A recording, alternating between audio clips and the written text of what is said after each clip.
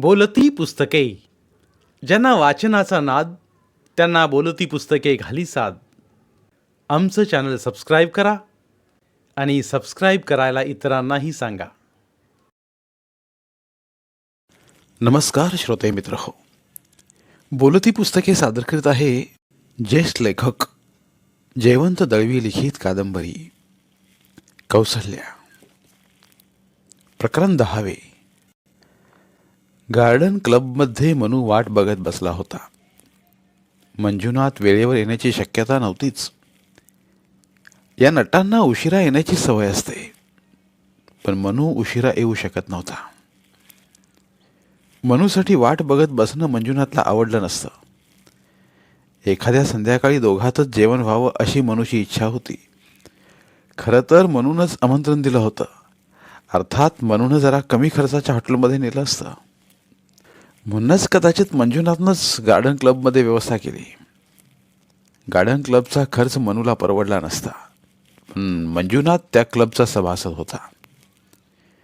त्यामुळं मनूनं खर्च करण्याचा प्रश्नच नव्हता. गार्डनमध्ये एका कोपऱ्यात तो बसला होता. आज कदाचित तो जास्त स्कॉच पिणार होता, कारण त्याची खाण्यावरची वासना उडाली होती. आठवडा तरी झाला त्याची वासनाच उडाली आहे. त्यानं एक नको ती गोष्ट केली होती. आठवड्यापूर्वी त्यानं एका मराठी वृत्तपत्रात एक बातमी वाचली. पोलिसांना अलिबागच्या जंगलात एका स्त्रीचं बेवारशी बेपत्ता प्रेत सापडलं आणि कसलाही विचार न करता मनू अलिबागला गेला. उर्मिला बेपत्ता झालेला आता कितीतरी दिवस झाले. एवढ्या दिवसानंतर सापडलं प्रेत कसं असेल, पण सांगता येत नाही. समजा तिला कोंडून ठेवली आणि 4-8 दिवसांपूर्वी ठार मारले असेल तर ओळखता येईल, म्हणून तो अलिबागला गेला. धडपड करून ते प्रेत त्यानं पाहिलं, पण ते पाहण्याच्या लायकीचं नव्हतं. बेसुमार कुजलं होतं आणि मुंडक्याचा पत्ताच नव्हता. त्यामुळं ती उर्मिला की काय हे ओळखणं शक्यच नव्हतं. ते भयानक दृश्य तो गेले 8 दिवस विसरू म्हणता विसरू शकत नव्हता. त्याच्या तोंडाची चव पार निघून गेली होती. थोड्या वेळानं घाईघाईनं मंजुनाथ आला. अत्यंत ताजा तवाना दिसत होता. दोघेही जवळपास एकाच वयाचे. मनू कदाचित 1-2 वर्षांनी मोठा असेल, पण मंजुनाथ चालू लागला की मनूला आपण म्हातारा झालोय असं वाटायचं. मंजुनाथची तळफ विलक्षण होती. दोन्ही खांदे हलवीत आणि उघड्या कोटाचे पंख फुलवीत तो वेगाने आला. गार्डनमधनं येताना आपापल्या टेबलापाशी बसलेल्या स्त्री पुरुषांनी आपली संभाषणं थांबवून त्यांच्याकडे वळून वळून पाहिलं. असे लोक पाहता त्याची जाणीव त्याला सुखावह वाटत होती. काही क्षण तो टेबलापाशी उभा राहिला. भोवताली वळून पाहिलं. चेहऱ्यावर एक प्रकारचा छुपा आनंद होता. नकळत त्यानं आपल्या चाहत्यांना दर्शन घेऊ दिलं आणि बसता बसता म्हणाला, sorry my friend, I am rather late. एकाच विशिष्ट शैलीनं त्यानं कोटाची बाही सरसावून घड्याळ पाहिलं आणि म्हटलं, ओफ, बराच उशीर झाला. घरून आलास की स्टुडिओतून? घरूनच आलो. कौसल्या नाही आली? नाही. मला भीती वाटत होती ती येते म्हणते की काय. ती आली असती तर मोकळेपणानं बोलता आलं नसतं. येते म्हणाली नाही. मीही येणार का विचारलं नाही. कुठं निघालास ते विचारत होती? नाही, हल्ली काही दिवस गप्प गप्पच असते. वैजयंतीच्या तालमी चालू आहेत? नाहीत, तिलाही खास इंटरेस्ट नाही. मलाही वेळ नाही. नव्या प्रोडक्शनची जमवाजमव चालू आहे, त्यातच वेळ जातो. कथा कोणाची घेतलीस? कुठे घेतली? सगळंच ठरवायचं आहे. तू देतोस? तुझी कॅरेक्टर मध्यवर्ती धरून मी एक दीर्घकथा लिहिली आहे. कदाचित त्यावर नाटक लिहीन पुढं मागं. आणून दे. कल्पना चांगली आहे. माझ्यावर पिक्चर काढणं सानियालाही आवडेल. सानिया प्रोड्युसर? को प्रोड्युसर मी आणि सानिया. कौसल्या काम करणार? छे छे, तिला त्यातलं काय कळतंय. मंजुनाथ झिडकारल्यासारखा बोलला. ते मनूला आवडलं नाही. झुंजारराव नाटकात तिनं फार सुंदर काम केलं होतं. तिला सिनेमातही चमकण्याची इच्छा होती. वेटरनं स्कॉचचे ग्लास आणून ठेवले. मंजुनाथनं आपला ग्लास उचलला आणि चिअर्स म्हणत ओठाला लावला. तो बोलत होता, पण त्याचं लक्ष कुठेतरी दुसरीकडे आहे असं मनूला सारखं जाणवत होतं. कौशल्याला सिनेमात यायची इच्छा आहे. एकदा चान्स देऊन पाहायला हरकत नाही, मनू म्हणाला. सभ्य बायकांसाठी ते जग चांगलं नाही. का? एकदा त्यात शिरली की मग नियंत्रण ठेवणं कठीण जाईल. खूपच प्रलोभन असतात तिथं. गैरफायदा घ्यायला लोक नुसते टपलेले असतात. मनूला आतले आत गंमत वाटली. तो जे स्वतः करीत होता तेच नेमकं तिच्या बाबतीत टाळायला बघत होता. आणि सानिया खूप देखणी आहे आणि सेक्सी. अभिनय सुद्धा सुरेख करते. माझे आणि तिचे 2 पिक्चर्स हिट गेल्यामुळं ती थोडी प्रॉमिनन्समध्ये आली आहे. तुमचे रिमर्सही जोरात उठलेत. तो एकदा हसला आणि म्हणाला, फिल्म वर्ल्डमध्ये रुमर्सना काय तोटा? पेपर्स तर रुमर्सवरच जगतात ना. मनूचे काही क्षण बोलू की नको या संघर्षातच गेले. मग धीर करून तो म्हणाला, एक गोष्ट मनात आली ती बोलू का? अरे बोल ना, बोल. By all means. हे जरा तो तोल सुटल्यासारखा मोठ्यांदाच बोलला. एकदम घुमटात घुमल्यासारखा आवाज आला. माझं असं मत झालंय की या नुसत्याच रुमर्स नाहीत, काहीतरी सत्यतेचा अंश आहे. तो एकदम निगरगठ्ठासारखा हसला आणि म्हणाला, ती माझी मैत्रीण आहे. आम्ही खूप जवळ आलोय हे खरं आहे. हो, नुसतीच मैत्री? प्रेमाखातर ती प्रोडक्शनमध्ये अर्धा पैसा घालतय. मला वाटतं तीच गोष्ट रिपीट होणार आहे. म्हणजे जे उर्मिला आणि कौशल्याच्या बाबतीत झालं तेच कौशल्या आणि सानिया यांच्या बाबतीत होणार. कुणावर तरी अन्याय आहे हे त्याला अनपेक्षित होतं की कोण जाणे. काही क्षण तो काहीच बोलला नाही. मध्येच एकदम जाग आल्यासारखा म्हणाला, अलिबागला कशाला गेला होतास? एकदम बेसावत असताना तोंडावर काहीतरी आपटावं तसा तो प्रश्न मनूच्या तोंडावर आदळला. स्कॉचचा एक घोट घेण्याचं निमित्त करून त्यानं थोडा वेळ काढला आणि म्हटलं, तिथं लेखनासाठी निवांत जागा मिळते की काय ते पाहत होतो. त्याला ही थाप वाटली की काय ते कळलं नाही. पण मंजुनाथ काही क्षण काहीच बोलला नाही. त्यानं दोन्ही हातात धरलेला ग्लास गळा जोरानं आवळल्यासारखा धरला होता. मनूला तरी तसं वाटलं. तो त्याच्याकडे बघत राहिला. त्याचं लक्ष नव्हतं. तो ग्लासात आपलंच प्रतिबिंब बघत होता. बऱ्याच वेळानं तो एकदम गळून गेल्यासारखा बसला. कसल्या तरी मागच्या विचारात गढून गेल्यासारखा गेला आणि धीरगंभीर आवाजात म्हणाला, मी कधी कधी स्वतःशीच एकटा बसून असतो ना, तेव्हा तेव्हा मला सुद्धा वाटतं की कोणावर तरी अन्याय होतो आहे.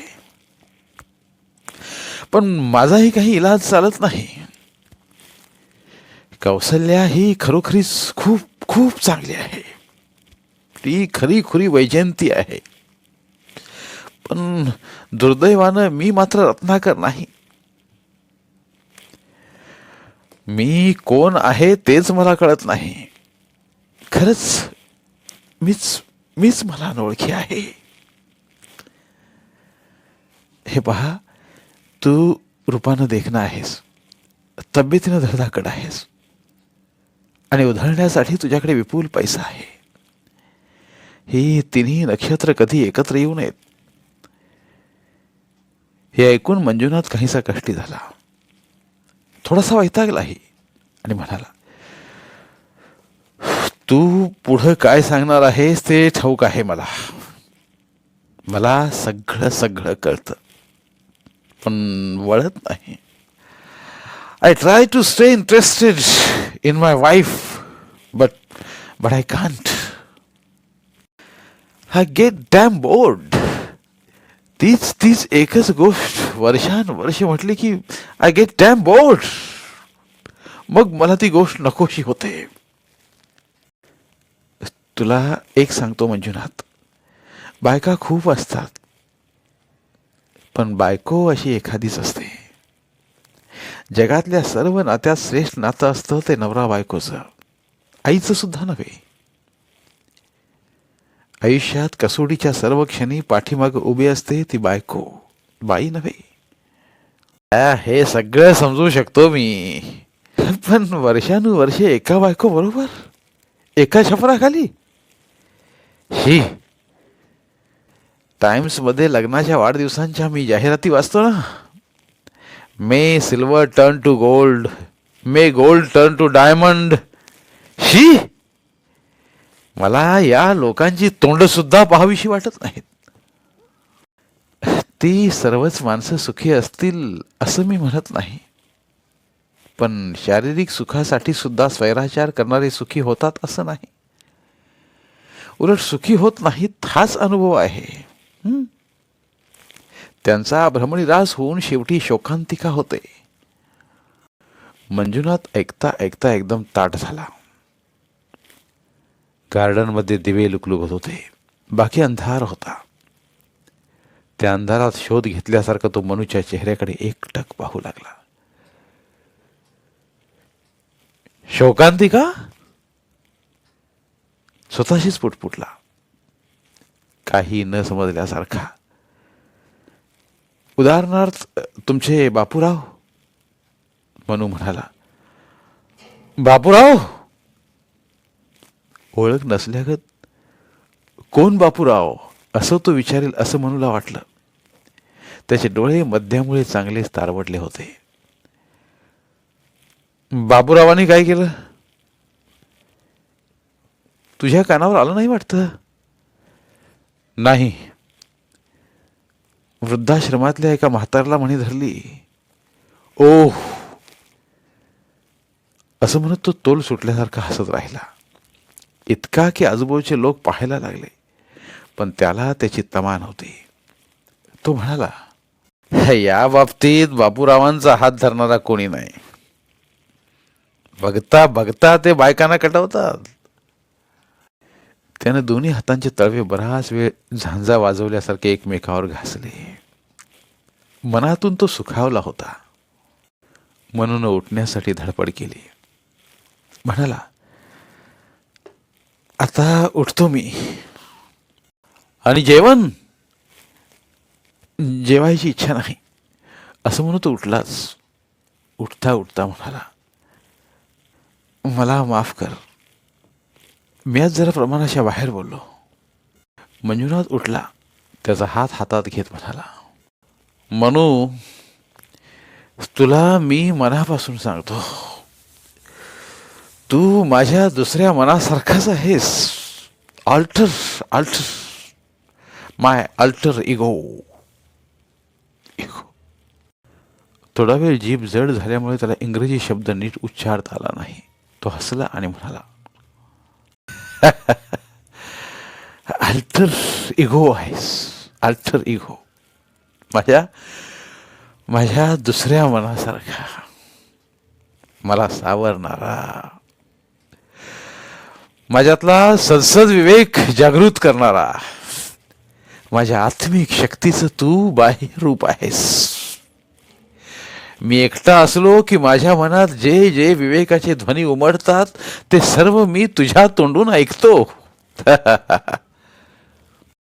मग मला जरा बरं वाटतं. बोलता बोलता ते गार्डनच्या बाहेर आले होते. मंजुनाथ जे म्हणाला ते ऐकून मनूलाही धन्यता वाटली. मध्यरात्र होत आली होती. बाहेर टॅक्सी उभ्या होत्या. ज्या अर्थी तुला घरी पोचवतो असं तो म्हणाला नाही, त्या अर्थी त्याला कुठंतरी जायचं असणार हे मनुष्य लक्षात आला. तो एका टॅक्सीत बसला. मंजुनाथ आपल्या मोटारीकडे वळला. तो बोलला नाही, म्हणूनही विचारलं नाही, पण त्यानं ओळखलं तो सानियाच्या घरी जाणार होता एवढ्या रात्री.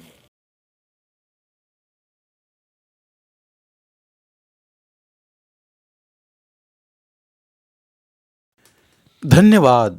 प्रिय श्रोते मित्र हो, आपल्यासाठी एक आवाहन. आमच्या चॅनलच्या प्लेलिस्ट विभागात तुमच्यासाठी शेकडो कादंबऱ्यांचे ऑडिओ बुक्स उपलब्ध आहेत.